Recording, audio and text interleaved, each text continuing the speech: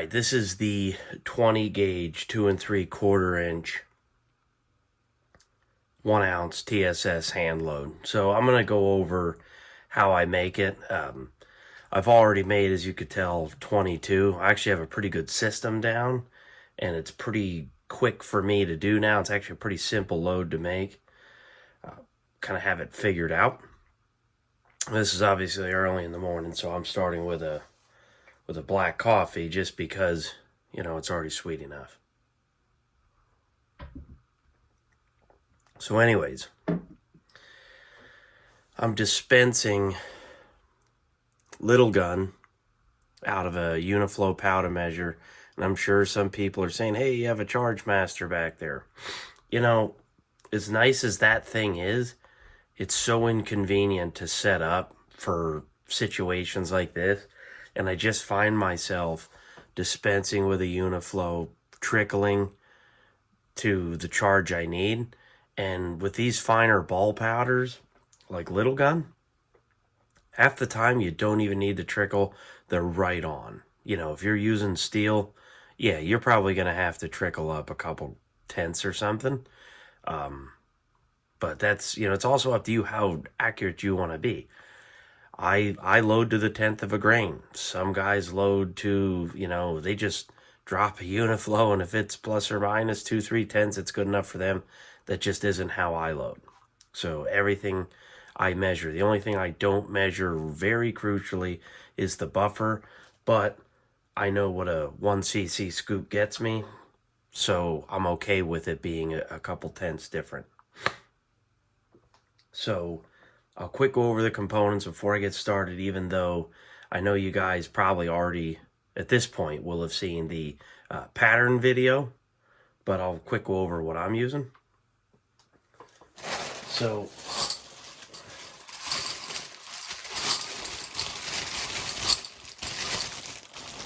Fiocchi hulls, 2 3/4 inch with the standard 616 primers. And if I recall, I think these are a little bit hotter than, you know, a Win 209 or something. I'd have to go and look at the primer chart. So the next thing you'll need is, remember those are primed hulls, so I'm using Little Gun powder. This is pretty much, when it comes to my non-toxic loads, I've just been using Little Gun for pretty much everything. I'm not saying there isn't other good options. This has been working good for me, and I use it in other calibers too, so it works out. Even 500 Magnum. Next thing is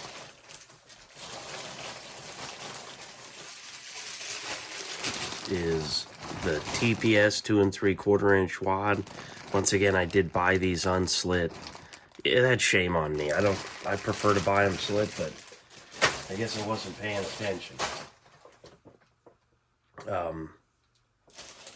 This was that other mistake that I had made, and I bought some 20 gauge 1/4 inch cork. That's what goes in the wad first. It's really not a big deal. They fit in there real easy. It's nothing to get worked up about. And then you'll need 2 of these 28 gauge 1/4 inch felts. You know, if you're buying all this stuff to make this load for yourself, just buy the 28 gauge cork to make your life easier. But if you have 20 gauge ones, they work fine too. And the last part to top it off, right, is you're going to need your TSS shot. If you're going to load it the way that I load it, you're going to need your PSB buffer. I know Ballistics Products has their own buffers, and I'm not saying that they aren't good quality buffers, but in my experience, nothing touches this when it comes to these really hard shot materials. And then I just finish it off with a standard overshot card. So we'll get started here real quick. Just dropping a powder charge. All right, we're gonna try this again. That last one dropped real high. Could have settled over. So you can see that one is at 34.1. So I'll just take a tiny bit out of it.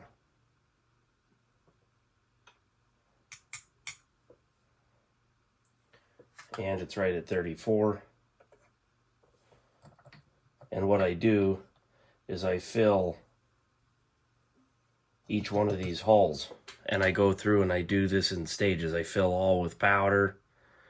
I build all the, which we'll get to next, but I build all the wads and I just kind of press everything in. I do everything like an assembly line. So let's do another powder drop.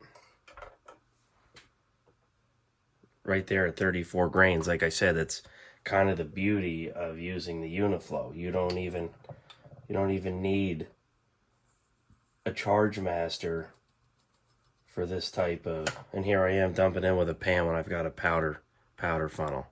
It never goes right when you're filming.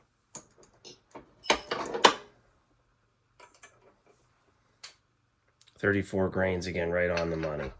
Usually how I know what shell I'm on next is I have the funnel in like that, and I just dump it in. It's actually how I dispense buffer too. I just kind of do it real quick, like an assembly line, one at a time. So anyways, we got our powder in. The next part is, I'll quick show you what I do since I don't have a wad slitter. Yeah, I know they make wad slitters. I know people make wad slitters. Heck, I made my own wad slitter out of a dowel rod years ago. I had a 20 and a 12 gauge one. I can't find them. I'm not sure what I did.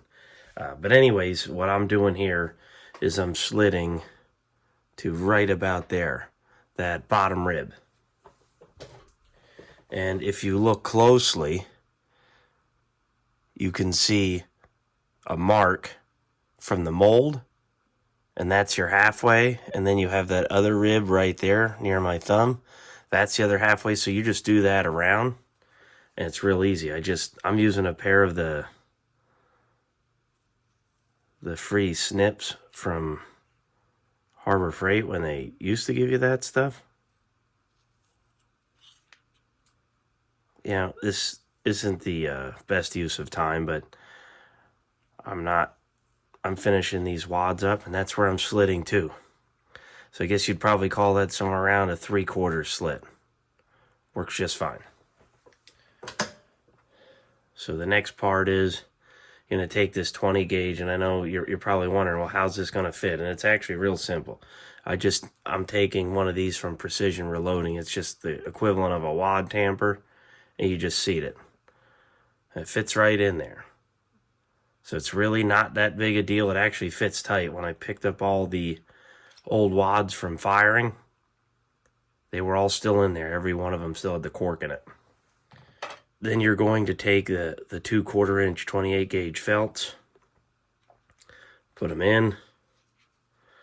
It's real hard to do when you're filming, but do you see the stack height now? You're taking up just a little over half of the wad because the TSS is so dense.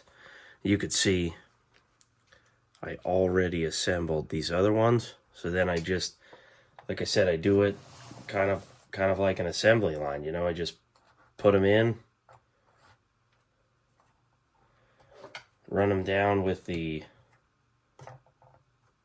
tamper,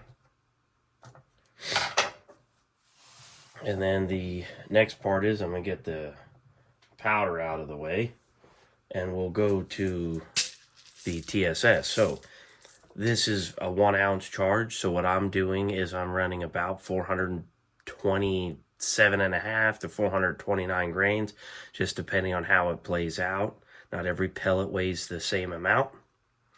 And what I'm doing is I'm using a Lee 2.8 cc scoop. So, and if you get it almost completely full, you can tell I'm a couple short. And after you've done this for a little while, you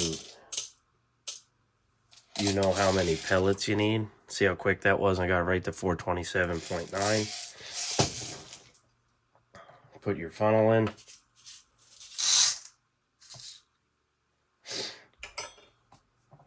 go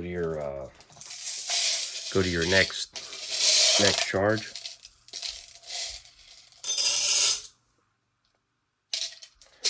So each one of these weighs, I think it's like 1.8, 1.9.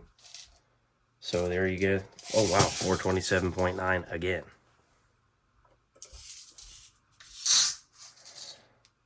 Go to the next one.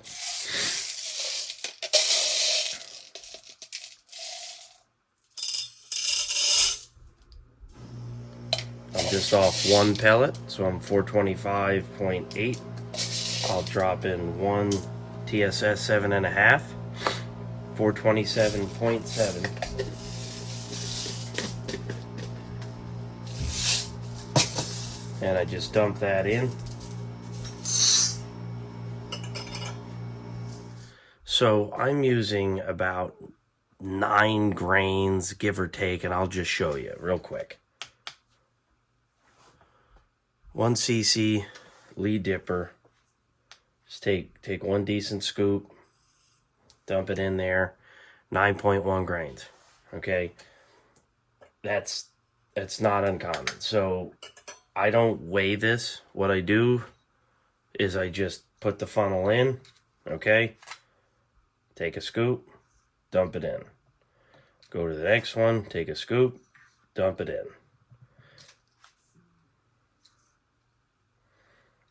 It doesn't need to be overly complex. And if you saw one of my shorts, I'm using an old toothbrush. I don't even know how old it is. It's had various uses, and you can replace the AAA in it. So just turn it on.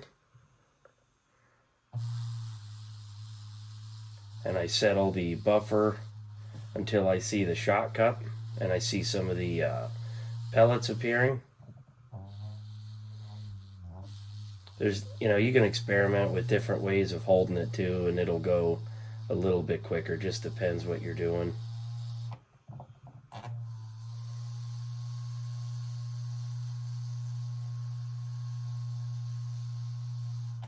All right, that's simple. That's done. And then I go through and I put overshot cards in everything. I don't often use overshot cards, but I have found myself having to use them with some of these non-toxic loads, depending on hole type and stack height and everything like that.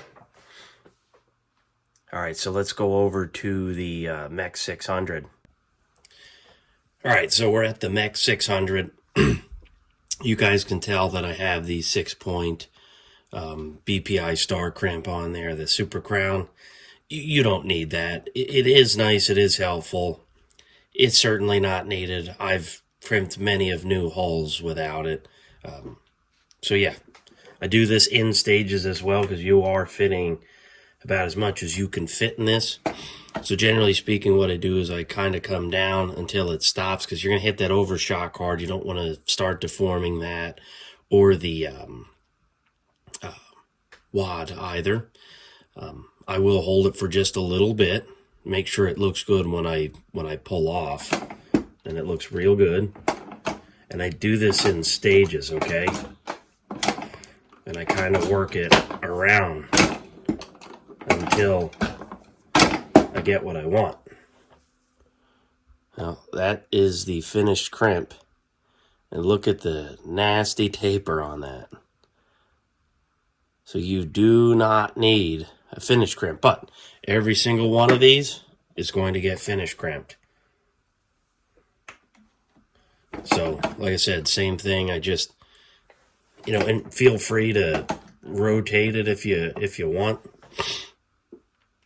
If you don't have your column 100% centered, sometimes you'll notice it wants to favor one side or the other, and that's how you'll know if you have your machine 100% set up. It's not just throw a bolt in it and get it right. There's no pin to align it on a mech. So, pretty good pre-crimp, all right? We do the same thing. You just get it to start. You go around, and you finish it off.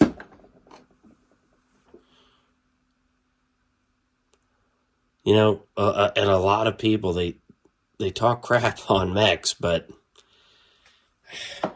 I'm having a hard time seeing the downfalls of these machines. I mean, they are overly mechanical. It's pretty old design that they just kind of keep maybe making cheaper to manufacture, maybe making mild improvements, but overall, they're damn good machines. And this is coming from a guy who loads on a Ponsness Warren for a 10 gauge. So same deal, just kind of get it started. And you have so much in this shell that you can feel it starting to cam over sooner than it normally would if you were loading, say, target shells. It's also a whole lot less forgiving. All right, so let's go over to the drill press that I got recently that I restored and brought back to life, and that has a Gape BN2 20 gauge in. So let's do that next. All right, guys, you can tell that I have the Gape BN2, they call it caliber, but anyways, 20 gauge finish die in there. And then doing the best I can to show this, but that's the ballistic products. You can just adjust it for different holes. And that's what I'll seat the hull in for this process. The next step is I use a little bit of oil. And what I do is I put a dab just over here on the drill press like that. That's way too much. That's enough for 50. You should use a little bit of lubricant on these, not a lot. You just take it and just dab the side. You could probably barely see that. That's probably too much. You just that shut. That holds the hull nice. Now you guys aren't going to hear me because I'm turning the drill press on now, and I believe the RPMs that I'm running is 340 RPMs. I know they recommend higher. I have not had luck at higher, so we're going to go with my method.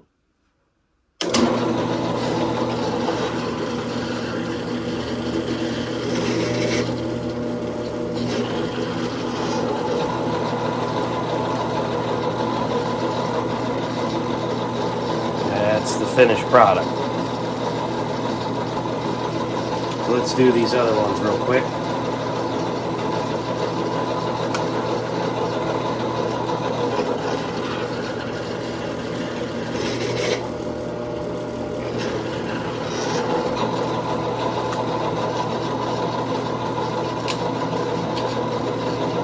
So that's what it looks like before. Still really good. Dab it in that drop of oil.